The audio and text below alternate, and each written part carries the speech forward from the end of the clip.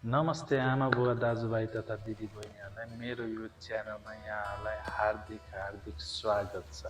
आज म तपाईँहरूलाई देखाउन गइरहेको छु बुढा नीलकण्ठको साथ विष्णु भगवानको मूर्ति देखाउन गइरहेको छु र मेरो च्यानलमा जो जोडिनु भएको छ लाइक सेयर कमेन्ट सब्सक्राइब गर्न नबिर्सनु होला।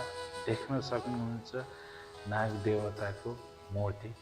यहाँनिर चाहिँ भिडियो खिच्न अलग बनाउँदैछु। मलाई भर्खर पण्डितजीले देखाउनु भयो, हजुरहरू पनि याद गर्नुभयो होला। अब म हजुरहरूलाई अगाडि देखाउन गइरहेको छु विष्णु भगवानलाई दर्शन गर्न जाने ठाउँको सिँढी, जुन मेन द्वार। यो मेन द्वार हामीले क्रस गर्न बित्तिकै हामीले देख्न सक्छौँ विष्णु भगवानको साक्षात् मूर्ति, जो पानीमा आनन्दले विराजमान हुनुहुन्छ, उहाँलाई देख्न सक्नुहुन्छ। र आज चाहिँ अरू बेला एकादशीमा चाहिँ धेरै भिड हुने गर्छ यो ठाउँमा। एकादशीमा चाहिँ धेरै ठुलो मेला लाग्ने ठाउँ हो यो बुढा नीलकण्ठ मन्दिरमा। तर आज चाहिँ हल्का भक्तजनहरू हुनुहुन्छ, तर एकादशी जस्तो चाहिँ हुनुहुन्न, तर कम हुनुहुन्छ। किनभने सधैँ जस्तो यहाँ बाहिरबाट आउने मान्छेहरूको चाहिँ घुइँचो नै हुन्छ। जो नआउनु भएको मान्छेहरूलाई चाहिँ यो ठाउँमा चाहिँ एकचोटि आउनु चाहिँ अवश्य नै पर्छ। अब हामी अगाडि बढ्छौँ। बढ्ने बित्तिकै हामीलाई सरस्वती माताले स्वागत गर्नलाई बस्नुभएको छ। हेर्न सक्नुहुन्छ सरस्वती भगवानको मूर्ति, जुन बुढा नीलकण्ठको मेन द्वारबाट अलिकति अगाडि रहेको छ। र अगाडि देख्न सक्नुहुन्छ पूजा कोठी, जुन यहाँनिर हवनहरू हुन्छ, बिहा बटुलमा यताउतिको हवनहरू, लाखबत्ती बाल्ने मान्छेहरूले यहाँनिर बाल्नुहुन्छ। र अगाडि देख्न सक्नुहुन्छ विष्णु भगवानको मूर्ति, जुन यो कम्पाउन्डदेखि भित्र छ। तर हामीले यो कम्पाउन्डबाट भित्र खिच्न त मिल्दैन, किनभने अलाउड छैन हामीलाई भित्र क्यामेरा लिएर गएर मोबाइलहरू युज गर्न पाइँदैन। नत्र मैले हजुरहरूलाई भित्र गएर देखाउनु त प्रयास गर्थेँ। नहुने कुरामा हामीले पनि जोड गरेर त पक्कै पनि हुँदैन। त्यो त हजुरहरूलाई पनि थाहा छ र मलाई पनि थाहा छ। देख्न सक्नुहुन्छ यहाँनिर शिव भगवानको शिवलिङ्ग, जुन शिवलिङ्ग भनेर यो ठाउँमा परिचित छ। र यहाँनिर देख्न सक्नुहुन्छ गणेश भगवानको मूर्ति छ। भित्र पनि खिच्न मिल्दैन, यहाँनिर दिनुहुन्न। त्यसैले मैले बाहिरबाट हजुरलाई देखाइरहेको छु। हजुरहरूले भिडियोलाई चाहिँ मन पराइदिनु होला। र सफा, यति सफा छ कि जस्तो कुरै नगरौँ यहाँको सफाको बारेमा चाहिँ। सफा सुन्दर, यो कम्पाउन्डदेखि बाहिर हराभराहरू त छ होइन, तर सफा पनि हेर्नुहोस् यति राम्रो छ। सानो हरेक चिजको मूर्तिहरू छ। यहाँ पनि देख्न सक्नुहुन्छ शिवकै मूर्ति देख्न सक्नुहुन्छ। र यहाँनिर चाहिँ यो मन्दिरले धेरै यथार्थ बोकेको मन्दिर हो, जुन आजभन्दा सयौँ हजारौँ वर्ष पहिला चाहिँ मैले सुनेको अनुसारले चाहिँ यहाँनिर चाहिँ ठुलो खेतबारीहरू थियो अरे। यहाँनिर मान्छेले बिहान 1 मुरी 2 मुरी धान सुकायो भने बेलुका उठाउँदाखेरि ठ्याक्कै डम 3 मुरी 4 मुरी 5 मुरी त्यस्तो हुन्थ्यो। जहिले पनि त्यो हुँदा अनि यहाँनिर चाहिँ चराचुरुङ्गी परिवारहरू चाहिँ धेरै आएर त्यो धानहरू खाने त्यस्तो थियो। त्यसपछि यहाँका मान्छेहरूले, जुन हजारौँ वर्ष पहिला मान्छेहरूले चाहिँ के रहेछ त यहाँनिर जहिले पनि धानहरू सुकाउँदाखेरि ढबल ढेबर हुने र चराचुरुङ्गी यस्तो आउने भनेर चाहिँ सबैजना मिलेर चाहिँ यहाँनिर खोताल्न सुरु गर्नुभएछ। खोताल्दै जाँदाखेरि जति मुनि गयो खोताल्दै जाँदाखेरि चाहिँ तपाईँको ट्वाङ्ग गरेर आवाज आएको सुनेपछि खोताल्दै जाँदाखेरि विष्णु भगवानको बुढी यो नाक काटेको छ। सरी मिस्टेक, अलिकति बोल्दाखेरि लड्यो।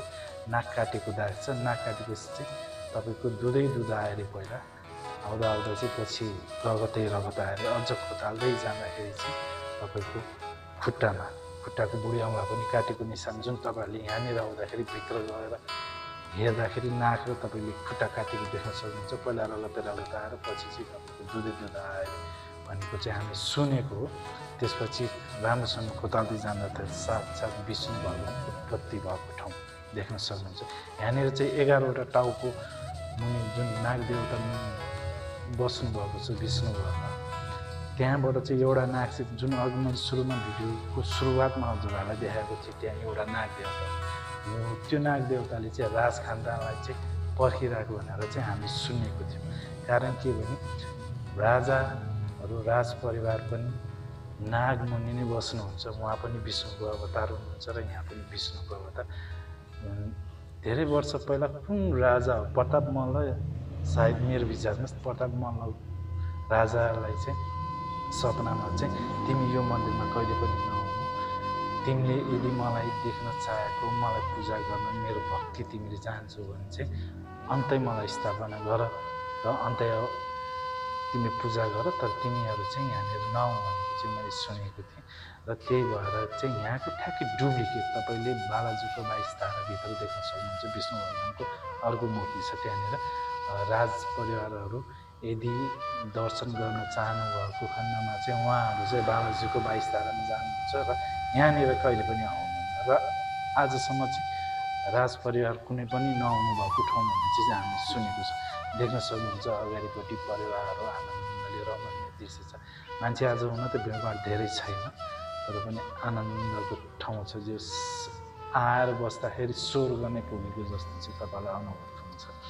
र यहाँनिरको पानी यति मिठो र यति सफा छ कि यो शिवपुरी राष्ट्रिय निकुञ्जबाट चाहिँ कलकल बगेर आएको पानी चाहिँ विष्णुवतीको पानी हो, जुन यहाँका पहिला चाहिँ मैले सुनेअनुसारले चाहिँ तपाईँको 50-51 सालतिर चाहिँ यहाँनिर चाहिँ पानी बढी भएर चाहिँ तपाईँको तल काठमाडौँलाई देख्नु भने चाहिँ सुनिन्छ। र यो फोटोमा विष्णु भगवानलाई मैले भित्रबाट देखाउन सक्छु, बाहिरबाट फोटोमा जुम गरेर देखाएको छु। हेर्नु, यो माथि शिवपुरी डाँडा हो, यो जुन हल्का देख्नु भएको डाँडाहरू शिवपुरी राष्ट्रिय निकुञ्ज हो। त्यहाँनिर पनि एउटा तपाईँको बागदर मेला लाग्छ। तपाईँको यो चैतको अन्तिम र वैशाखको 1 गतेको अघिल्लो दिनमा चाहिँ बागदर मेला लाग्छ।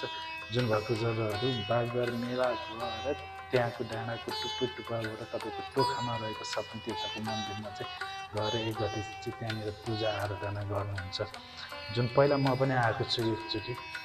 तपाईँको चैतको अन्तिममा बागदर मेला लाग्छ र भोलिपल्ट चाहिँ तपाईँको ठ्याक त्यसको भोलिपल्ट चाहिँ वैशाखी 1 गते चाहिँ सपन तीर्थको मेला लाग्छ। धेरै रमणीय ठाउँहरू छ घुम्नलाई शिवपुरी राष्ट्रिय निकुञ्ज, जुन आफैमा नै एउटा गौरवशाली नै लाग्छ मलाई। हामीले सुनेदेखि नै रमाइलो ठाउँ छ। यहाँनिर आउनै पर्ने ठाउँ चाहिँ पुरानो नीलकण्ठको विष्णु भगवानको मन्दिरमा आउनै पर्ने ठाउँ हो।